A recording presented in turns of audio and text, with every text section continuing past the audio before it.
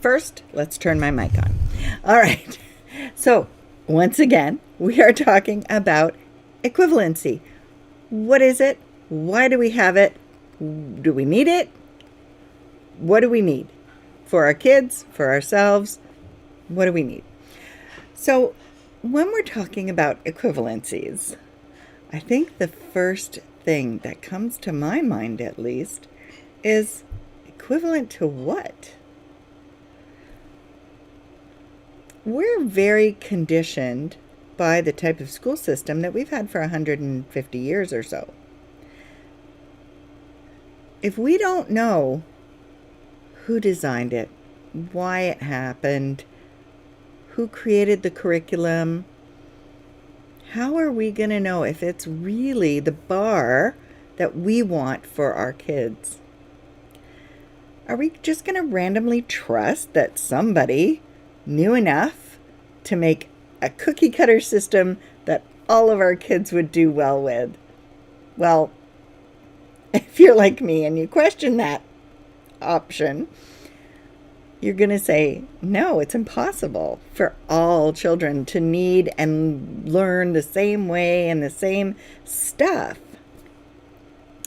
So first, question what you're equating with. Make sure that it's really what you should be holding up there as a bar.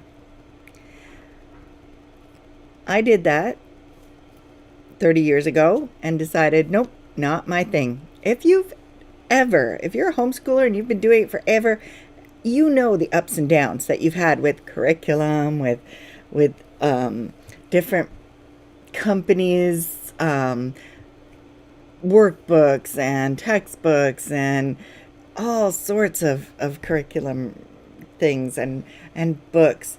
And there's different styles of home educating, different methods. So there are some that, like Charlotte Mason, that use what they term living books, right? The books that were written to be books, not textbooks. So there's a difference between living books and textbooks. So if you're writing something as a manual, so to speak, or a math textbook or something like that, then you're writing it in a certain way for a certain reason and for a certain audience. I'm sure Charles Dickens wrote for his audience, but not in such a direct way. Those real books have real meaning because they were meant for everybody. They were meant for the society as a whole. And so looking at curriculum providers and books that we give our kids to read, what are we really giving them? You might want to look at the whole spectrum, and it's a lot, but it's really an interesting adventure. So one of my favorite quotes that my grandfather always said to me was, average is as close to the bottom as it is to the top. Do you really want to be average? Do you want your kids to be average? You might. There are some people that I've spoken to. They just want their kids to be normal. They just want their kids to be average. And they are happy putting them in a public school or doing what everybody else is doing just so that they fit in. Well, there's a big difference between fitting in and belonging. And you don't always find belonging with fitting in fact, rarely. So what does that have to do with equivalencies? Well, first of all, let's look at what we have to compare, right? Depending on the country you're in, your equivalencies are going to be totally different. The countries in England, where I did my schooling for a big chunk of it, I moved to Canada, and here at 14 years old, I went into the Canadian school system. My principal interviewed me. I was going into grade 9. He said, you need 2 grade 12 credits and a grade 13 credit, and you're done. Because the expectations in England were so, I want to say, much heavier, much more advanced, not average. For there, it was average. They expected a lot more. They challenged us a lot more than the system here. And I'm not saying that that's a good thing, because I wish that I had had the opportunity to go to Summerhill or something like that. But we all have our different experiences. So looking at the education in different systems and different countries will give you an idea of the diversity of where the average is. And when I thought about average, I thought, if myself at 14, by the time I was 15, I had all the equivalency that I needed for grade 12 and 13. I could go straight into university. My principal did not know that. But in my grade 9 year, not only did I do the grade 2, grade 12 credits and the grade 13 credit, I did correspondence courses through university for 6 months and was elated with that. Now, when I help kids and parents talking about breaking that bar, break the bar that you're comparing yourself with. Stop comparing yourself by your date of manufacture. Throw out grade levels. And people say it's easier said than done, but you know what? It's easier done. You can just say, nope, I'm not doing any grade levels. And find your child's competency. Now, at first, I needed to look at that average bar, not because I was pushing my daughter to be that, but to recognize her individuality. Aside from that, so this is what everybody thinks you should know, and this is where she is and what she's doing. It didn't fit, it didn't match, it didn't mesh. So at 7, she was tested at a grade 11 reading and comprehension level. She adored academics. Other kids in my care, not so much. Play was the thing for them, and they learned wonderfully. Did anything really different matter? How were they socially, emotionally, academically in the future? How were they getting jobs? Now, after 30 years, I can say that the more kids I know that went to school, they have more problems and issues with belonging, with their self-awareness, and with loving what they do, and loving learning. So that equivalency, I think an important statement that came into my head was, I didn't want my child over-socialized to their own peer group and under-socialized to the rest of the world. What does that have to do with equivalency? Well, what is equivalency? Why do we look at it? It's only because we have the conventions that we have in the system now. When we start looking at our children for their competencies, their interests, their strengths, we don't know how to measure that. Do we need to measure that? Do we need to just simply record it? In several schools like the one I run, the students are asked if they want to graduate, so to speak. They're asked to present either a portfolio or a video or writing something, any way they want to create it, in any way at all, a statement of why I'm ready to take that next step. Now, most of the kids that I have experience with and I talk to people, those kids are already doing things. There was one young lady, 14 years old, started working, never been to school, never had any elementary, never used a workbook, was always playing. She was always playing. And this kid I saw her as a baby.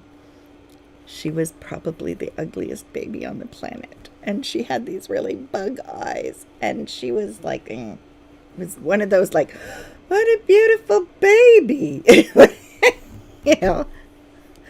Nobody said ever. However, over the years, looks aside, but that can have a huge impact on people, right? When young people, when they're growing up, if they have, if they're considered not pretty, they can have a lot of bullying, which doesn't happen in home education. I mean, you have the regular sibling things, and people do have to be concerned about whether it's the difference between sibling rivalry and sibling abuse, because there is a difference. There's an excellent book on that called Cry Hard and Swim, and it's specifically about understanding the difference between sibling rivalry and sibling abuse. So we're all about self-care and wellness here. So understanding those things are really important. But for the most part, I have yet to hear people complain about bullying in homeschooling. It's like it doesn't exist. The other thing is motivation. The only people who tend to ask about how do I motivate my kid are the ones that are trying to equate to a bar that is not necessarily appropriate for their child. So of course there's going to be pushback. Of course it's going to be more challenging. When I work with families, we talk about eliminating anxiety, eliminating stress in your homeschooling environment, or just in your learning and relationship around learning and education. How do you do that? Well, stop comparing your child to somebody else. Stop expecting them to live up to somebody else's expectations. Somebody else who doesn't know you, doesn't know your child, doesn't know how they learn, doesn't know what they're interested in, doesn't know your awareness of things. Those standards were not made with your child in mind. They're average. They're random. They're arbitrary. Do you want that for your child? So let's talk about the equivalencies that, and I'm just going to trip over here to a document that I found. Now, if you're familiar, if you're familiar with John Holt and all of his wonderful books, and the John Holt, it's gwsjohnholt.org, I believe.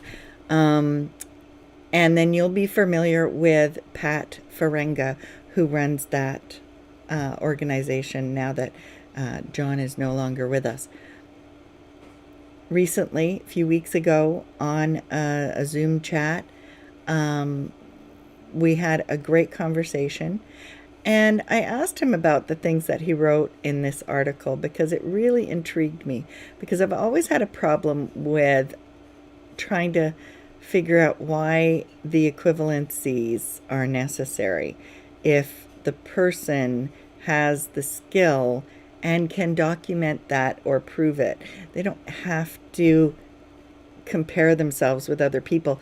They just put themselves, this is what I can do. This is why I do it. This is, that. So this article is called Schools Are from Mars and Homeschoolers Are from Earth. And it was in 2004, but it's still very, very relevant. So when we're talking about translating, and this is what a lot of equivalencies are, and one of the things that I do, I contribute to this. There are families that ask me to create transcripts because that's the life, that's the method, the route that they and their children are going to be taking. So yes, I do help them do this, but I want to make sure that they are aware that it's not the only option, right? So yes, I do educational interpreting. What you do in your life, and many, many homeschoolers do this, you recognize it as soon as you start being free. You're like, wow, I never realized there was math in that. I never realized there was science in that. And you begin to understand that everyday activities contribute to those things that we have in textbooks in schools. Because they exist in real life. If they didn't, if they weren't things that we would come across every day in real life, they wouldn't be able to have them to put into textbooks or curriculums. So, yes, I sit down with a student, like the principal sat down with me when I was 14, and we had a conversation, and we found out about each other. We find out about each other, and I do the checklist. Yep, you've done this. You don't need any of this crap. You can move on and go on to do something that you want to do, which is what I should have been told by the principal. I mean, basically he did, 2 grade 12 credits and a grade 13 credit. But beyond that, that's what educational interpreting is. And any student who has come from another country from one country to another, they've been assessed in some way. Now, I am not for standardized testing because people aren't standard. Children aren't standard. And that's what's critical about this. Individuals. They're individuals and they have innate genius in themselves. So, Pat Ferenga says, and I feel very similarly, I feel I am partly to blame for this decay of clarity, as I have counseled many homeschoolers to take their children's everyday activities and wrap them up in jargon of school if they report their children's learning to school officials. Basically, just so that they can understand it, you're translating what they've done into EduSpeak so that that audience will understand what you're doing and what you're saying.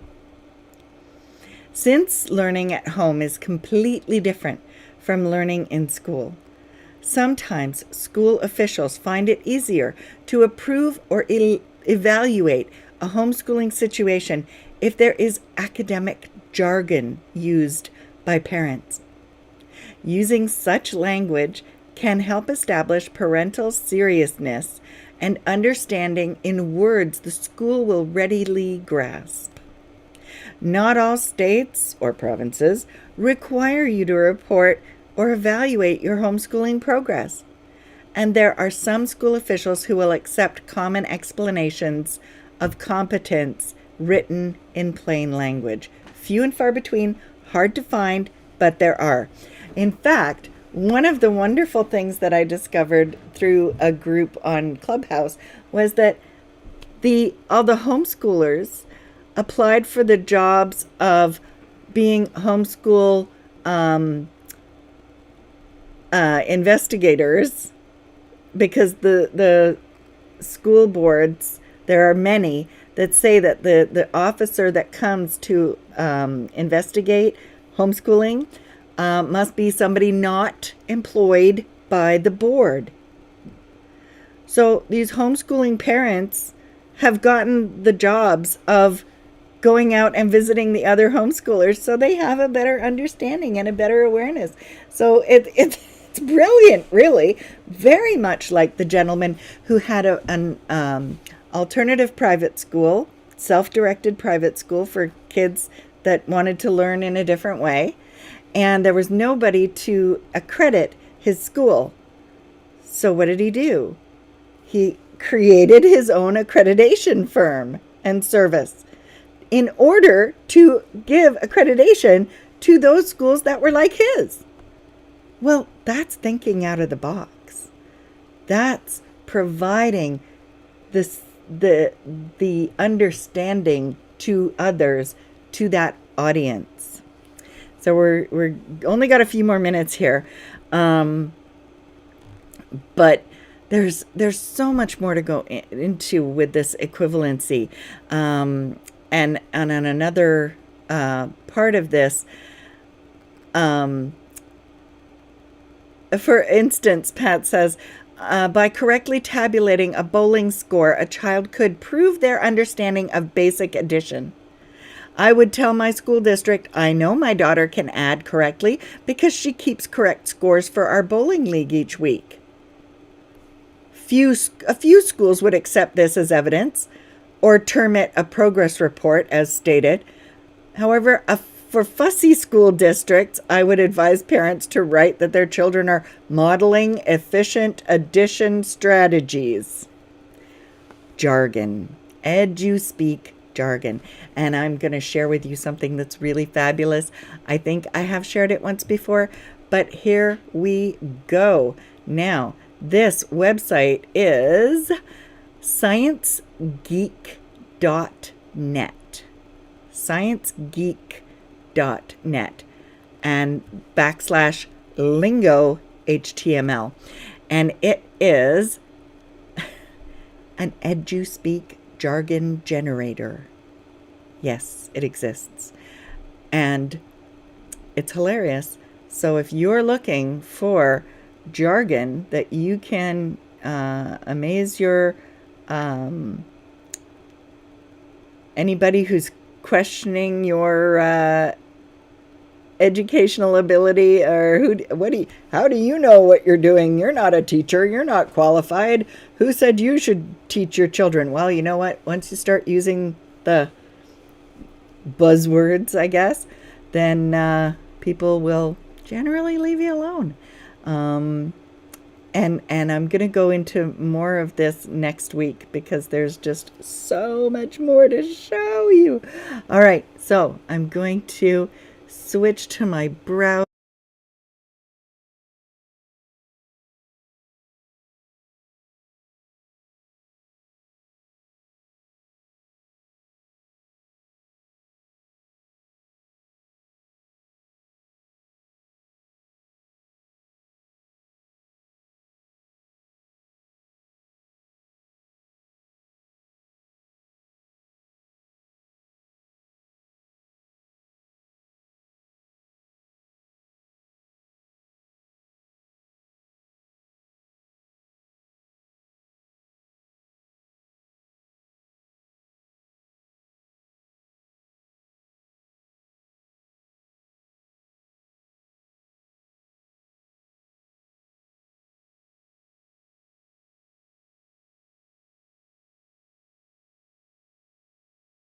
That, I want to say thank you again for being with me. If you would like more information on equivalencies, do you really need one? Because I gotta say, challenge your assumptions in education. Just because somebody says you need this to get into trade school in Ontario, don't believe it. There are lots of other ways. And you may be very vibrant about how you want your children to move forward. Remember, your relationship with your children, isn't that more important than your perception of maybe outdated things? Because learning happens. school is optional.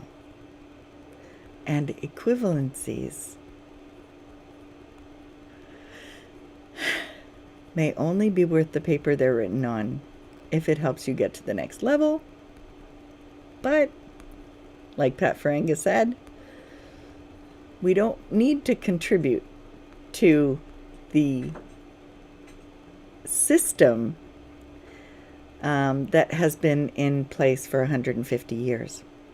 I think the last thing I'm going to say about this for today is that when we fill out the letters of intent and we give information about what we're doing and try to do the equivalencies, we are acknowledging and recognizing those places that are asking for that information. We're giving them the authority. We're recognizing authority.